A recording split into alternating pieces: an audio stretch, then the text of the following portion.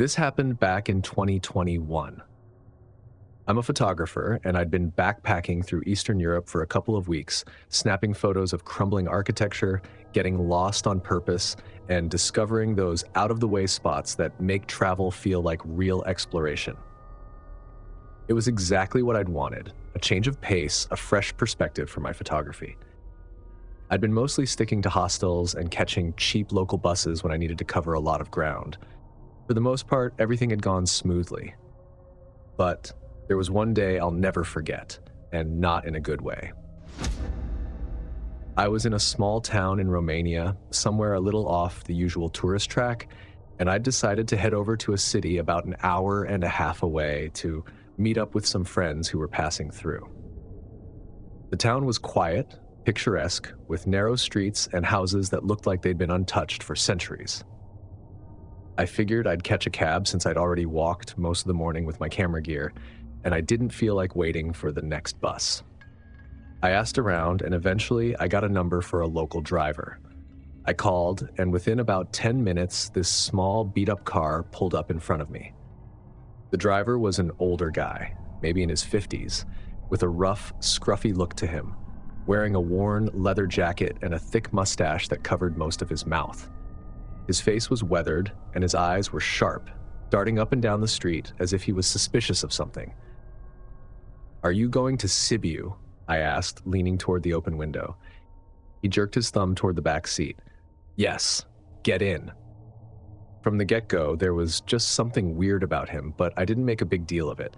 I told myself he was just a local who maybe wasn't used to tourists. And in a way, that was exactly what I was looking for, an authentic experience. So I got in, tossed my bag beside me, and settled in for the ride. But then about 30 minutes in, he suddenly took a turn off the main road. I looked up, a little surprised, and noticed we were now on a dirt path leading into a dense patch of forest. Is this a shortcut?" I asked, even though my gut instinct was telling me something was wrong.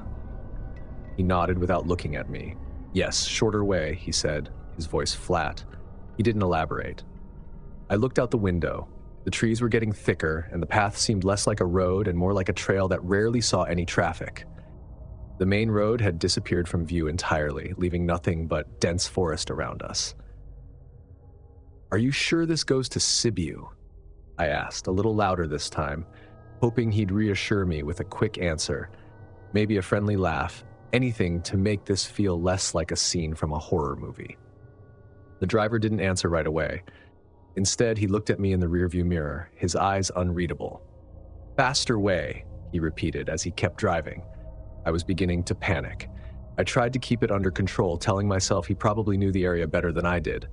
But every mile we drove, the forest seemed to close in around us. Finally, I couldn't take it anymore. "Look," I said, my voice shaking a bit, "I'd really rather stick to the main road. If you could just turn back." "No turning back now," he interrupted, his voice hard. He didn't look at me, his gaze fixed straight ahead. I was scared now, real fear settling in. The dirt path was barely wide enough for a single car, with thick underbrush on either side. We were deep into the woods, with no sign of civilization, no houses, no other cars. I tried again, this time with a firmer tone. "I'd like to get out here. Just stop the car, please." The driver didn't respond. Instead, he kept his foot steady on the gas, his face set in a determined, almost cold expression. I was practically glued to my seat, running through my options, but none of them looked good. The only thing I could think to do was grab my phone, but when I tried, he looked back, his eyes catching mine in the mirror. "Phone won't help you out here," he said, almost as if he'd read my mind. We drove on for another 5 minutes, the path narrowing even more, until suddenly he pulled the car to a stop. We were in a small clearing surrounded by trees so thick you couldn't see more than a few feet in any direction. My pulse was racing, and every instinct was screaming at me to get out, to run. The driver looked back at me. He leaned over slightly, his voice low and firm. "You need to run," he said, his tone leaving no room for argument. "Run now." For a second, I thought I hadn't heard him right. "What?" I stammered, not sure if he was serious or if this was some kind of twisted joke. "Run," he repeated, "and don't look back." I didn't wait to be told a third time. I threw open the door, my bag still clutched in one hand, and bolted into the trees.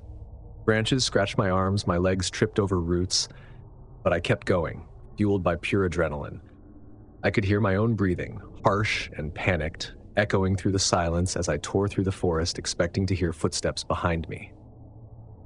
But there was nothing, just silence. Eventually I slowed, my chest heaving as I leaned against a tree to catch my breath. I had no idea how long I'd been running or where I was, but I knew one thing. I wasn't going back to that clearing. After what felt like hours, I managed to find a road. It wasn't the one I'd started on, but it was paved, and a kind couple eventually picked me up and took me to the nearest town. Later, I learned from locals that drivers sometimes tested tourists, playing games with them just to see how they'd react. I don't know if that's what happened to me, but I'll never forget that driver's eyes in the mirror or the finality in his voice when he told me to run. To this day, I still wonder if I was just another tourist he'd toyed with, or if he'd actually saved me from something lurking out there in the woods. And even now, whenever I think about that ride, a chill creeps over me, reminding me how quickly things can turn in a place you don't understand.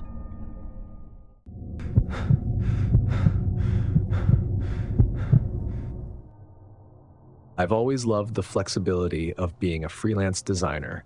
It lets me travel, set my own schedule, and gives me the freedom to work from wherever I want. So last year, I decided to spend a month working remotely in a small town I'd found online. It looked like something out of a storybook, with charming old buildings, cobblestone streets, and views that were way too pretty to miss. I figured a little change of scenery would be a good escape from my usual routine and might spark some new creativity. After scrolling through listings, I found this quaint Airbnb run by a local man named Stefan.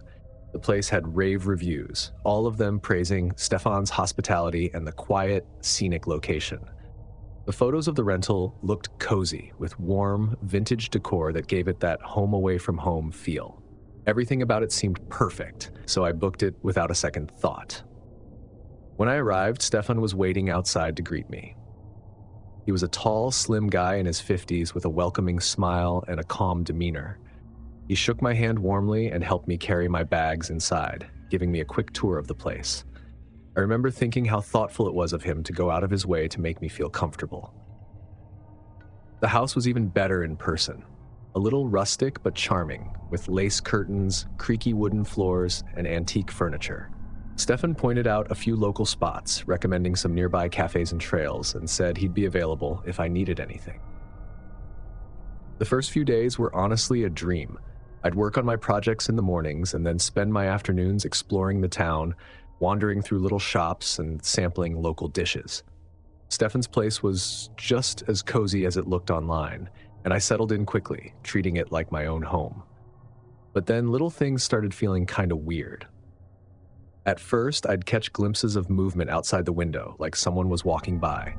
The first time I figured it was just a neighbor or someone passing by. But it kept happening, these fleeting shadows that would stop just as I looked up, and the figure would disappear around the corner. One afternoon, I finally saw who it was. Stefan was standing outside, not on the sidewalk but close to the window, looking in. When he noticed me staring back, he gave a little wave and pointed toward the garden as if he'd just been checking the plants or something. "Everything all right?" I asked, stepping outside to meet him. "Oh, yes," he replied smoothly, "just making sure everything is in good shape. Don't mind me." He smiled, the same friendly smile from before, but something about it felt strange. It was like he was observing me, not just the house. I brushed it off, telling myself he was probably just being friendly, making sure I was settled in.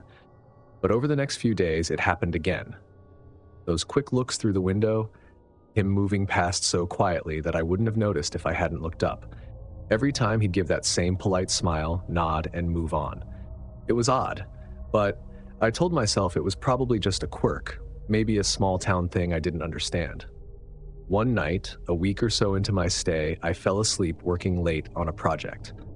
I woke up around 2 a.m., still at the small desk in my room. The house was quiet, and all the lights were off except for the dim glow from my laptop. Groggy, I stood up, stretched, and was about to get into bed when I felt an odd sensation. a kind of prickling awareness, like someone was nearby. That's when I noticed the faintest shadow under my door, like someone was standing right outside in the hallway. My heart jumped and I held my breath, listening, but there was nothing, just silence. Curious but uneasy, I slowly tiptoed toward the door, pressing my ear against it, straining to hear anything. For a few seconds, there was only silence, and then a quiet shuffle, like a foot moving against the wooden floor. I wanted to believe it was just my imagination, or maybe the creaking of an old house, but that shadow was still there, faint but unmistakable, lingering outside my door. Steeling myself, I called out, "Hello?" The shadow didn't move at first. Then, slowly, it shifted, and I heard a soft knock. My mind raced through a dozen explanations, none of them reassuring. I opened the door a crack, just enough to see who it was. Standing there in the dim light of the hallway was Stefan. He was dressed in his usual clothes, but something about him looked different, his posture, his expression. His eyes had this glazed-over look, unfocused, like he was in a trance or somewhere else entirely. "Oh, you're awake," he said, a little too cheerfully, as if he'd expected me to be asleep. "I was just, checking in, making sure you're comfortable." His voice was friendly, but the way he looked at me wasn't. It felt cold, almost predatory. "Stefan, it's 2 a.m, I said, trying not to freak out. "Why are you checking on me now?" He blinked, his gaze sharpening as if he just realized the time. "Oh, I didn't mean to wake you," he replied, brushing it off. "I just thought I heard a noise, that's all." Forced a polite smile, but inside, all I wanted was to slam that door shut. "I'm fine, thanks," I said, hoping he'd get the hint. But he lingered, his eyes drifting past me as if he was looking at something in my room. Finally, after what felt like an eternity, he nodded and turned, shuffling down the hallway. I locked the door the second he was gone, my hands shaking as I tried to make sense of what had just happened. The next morning, I woke up to find a note on the kitchen table. "Had to check on the pipes," it read, scribbled in messy handwriting that barely looked like his. "Sorry for the late-night visit." I wanted to leave right then, but I convinced myself I was overreacting. Maybe he really had just heard a noise. Maybe he was just concerned. But deep down, I couldn't shake the feeling that he'd been watching me for longer than I realized. That night, I put a chair in front of my door and slept with my phone in hand, just in case. And around midnight, I heard it again, that faint shuffle in the hallway, stopping right outside my door. This time I didn't open it.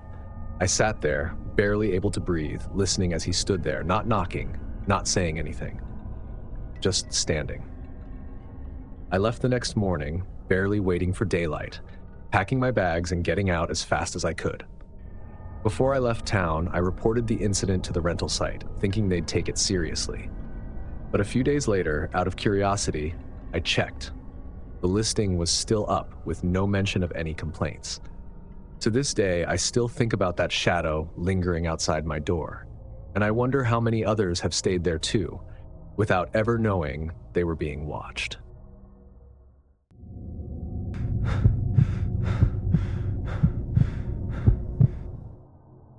Each summer, I make it a point to travel somewhere I've never been. For me, exploring new places isn't just about getting away from work.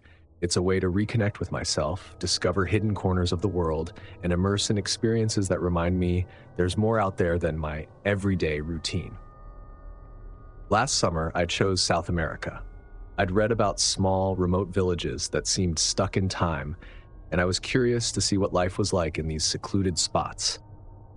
After a few weeks of trekking through well-known sites, I finally reached a tiny village tucked high up in the mountains, far from any city. It was beautiful, almost untouched by time. The streets were narrow, lined with cobblestones that had been worn smooth by centuries of footsteps. The buildings had that rustic charm, whitewashed walls with brightly painted doors, and flower boxes overflowing with vibrant blooms. I felt like I had stepped into a postcard. The villagers were warm and welcoming. They were friendly in a way that felt genuine, not the kind of friendliness you sometimes get in places overrun by tourists. Here, people seemed curious about me, and when I told them I was a teacher, their faces lit up with approval. It was a place where everyone seemed to know everyone, and their smiles made me feel like I belonged, even if just for a short while. My accommodation was a small room in a family-run inn. It was modest but charming, with wooden beams on the ceiling and a little balcony overlooking the village square. My hosts were lovely, a middle-aged couple and their teenage son who seemed thrilled to practice his English with me. I settled into the slow rhythm of village life, spending my days wandering through the hills, visiting the local market, and even helping the innkeepers with small chores. It was perfect. Except for one thing. There was an older man in the village, maybe in his late 70s, with deeply weathered skin and eyes that seemed almost too dark, too intense.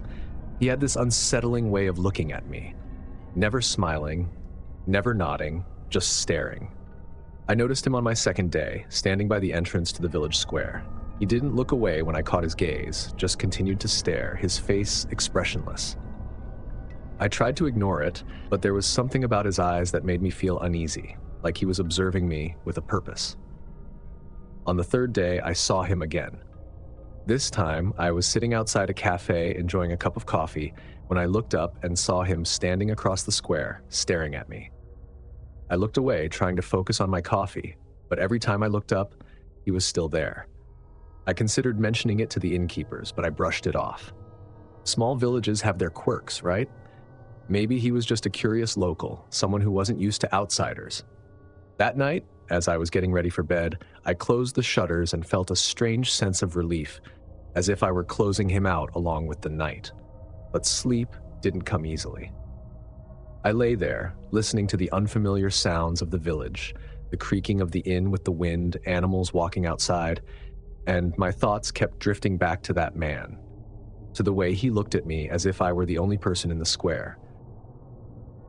The next morning, I woke up early and decided to take a walk through the hills surrounding the village. It was beautiful. The sun lit up the scene with warmth while the air was cool and fresh. I took my time, stopping to take photos, feeling grateful for the peace and solitude. But as I made my way back to the village, I saw something out of the corner of my eye, a figure lingering at the edge of the path, tucked behind some trees. It was him. He stood there, watching me. I tried to act casual, giving him a polite nod as I walked past, but he didn't respond. His eyes just followed me, dark and unwavering. My heart started pounding, and I quickened my pace, eager to get back to the safety of the village. When I returned to the inn, I mentioned the man to the innkeeper, a kind woman named Rosa. She looked at me with a slight frown, then nodded slowly. "That's Emilio," she said. He's been here forever. Doesn't talk much, just keeps to himself. He's harmless, don't worry." I wanted to believe her, but something about him didn't feel harmless. His eyes left this feeling like he saw way more than I wanted him to. I decided to let it go, telling myself I was overreacting, but the next few days were no better. Every time I stepped outside, I'd see him. At the market, near the church, even once outside the inn, standing just a little too close, just enough to make me feel vulnerable. On my last night in the village, I lay in bed, trying to get some sleep before my early departure. The inn was quiet, everyone else already asleep, and I'd closed the shutters tightly, hoping they'd give me some sense of security. Just as I was drifting off, I heard it. A faint noise. Footsteps crunching on the gravel path outside my window. I lay completely still, holding my breath, listening as the footsteps grew closer and then stopped, right outside the window. For a moment, there was silence, and then a soft rustling, the sound of fingers brushing against the shutters, followed by a faint tugging, like someone testing the handle, trying to see if it would open. My heart raced and I sat up, staring at the window. The handle turned, but it didn't open, held fast by the lock. I wanted to call out, to yell, but my voice seemed frozen in my throat. Then I heard a faint whisper, so quiet I could barely make out the words. "I just want to see you." That was enough. I grabbed my phone, dialed the innkeeper's number, and waited, my fingers trembling. The footsteps retreated, and within minutes, Rosa and her husband were knocking on my door. I opened it, my face pale, and told them what had happened. They listened, their faces darkening with concern. "You're safe here," Rosa's husband assured me, but his voice held an edge of uncertainty. I didn't sleep for the rest of the night, sitting on my bed with my bags packed, waiting for dawn. When morning finally came, I left without saying goodbye, walking quickly through the village square, hoping to avoid any last encounters. But when I was crossing the town's main square, there he was, standing by the path, watching me with that same dark, piercing gaze. He didn't say anything, didn't make a move, just watched as I walked away, his expression as cold and unreadable as ever. I continued my journey, but the experience left a scar on me, a sense of unease that wouldn't fade away. Whenever I think back to that village, I remember his eyes, the way they followed me everywhere, filled with something I couldn't understand. I still wonder what he wanted, why he chose to watch me so closely, and whether he was truly harmless. It was a reminder that even in the most beautiful places, there are hidden dangers, and that sometimes the people who seem the least threatening can be the ones to watch out for.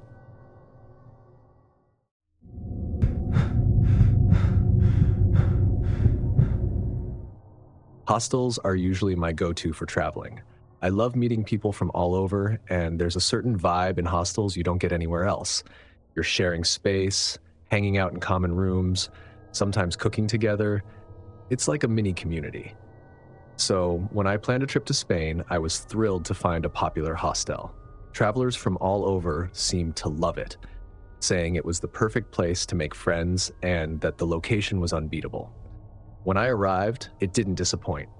The staff was super friendly, the place was colorful and lively, and they had events every night like group dinners and pub crawls. I was sharing a dorm-style room with 6 other people, a mix of men and women.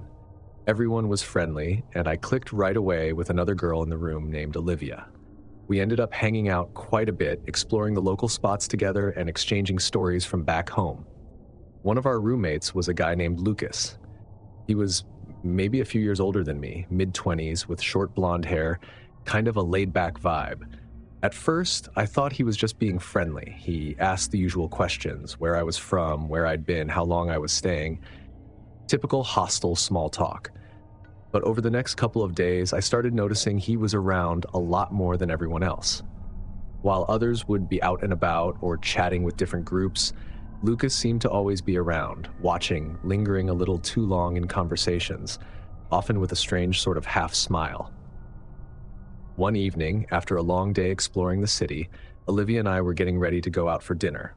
We were chatting by our beds, and Lucas walked over, hovering nearby.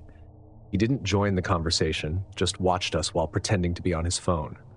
I could feel his eyes darting back and forth, watching what we were doing. Eventually, he chimed in, asking if he could join us for dinner.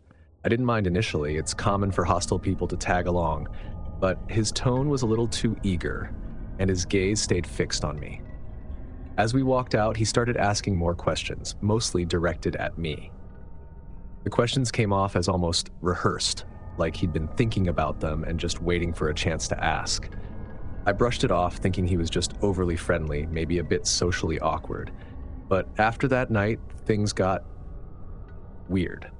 The next morning, I left early to explore on my own, but when I came back around lunch, there he was, sitting on the bed across from mine, as if he'd been waiting. He smiled, looking almost relieved when I walked in. "Hey, you're back earlier than I thought," he said, like he'd been timing my movements. "Yeah, just came back to grab a few things," I replied, trying to sound casual, though it felt strange to be explaining myself. "Oh, what are you planning to do later?" he asked, his eyes fixed on me with that same half smile. I was careful to keep my response non-specific, saying I'd be meeting up with Olivia. But the truth was, Olivia had left early that morning to head to another city, so I was actually on my own. I didn't want him to know that. I didn't like how closely he was tracking my movements, like he was mentally cataloging everything I said.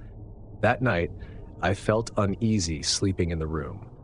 There was just something about the way he was around me, the way he seemed to appear whenever I returned to the room, even at odd times, like he knew my schedule down to the minute. The following evening, I came back from dinner with a few people I'd met in the common room. It was late, maybe past midnight, and the dorm was dark except for a little light filtering in through the window. Everyone seemed to be asleep, so I tiptoed to my bed, careful not to wake anyone. Just as I was settling in, I heard a faint shuffling sound. At first, I thought someone was turning over in their bed, but the sound was too close, too soft, almost like breathing. When my eyes adjusted to the darkness, I just froze up. There, standing at the foot of my bed, was Lucas.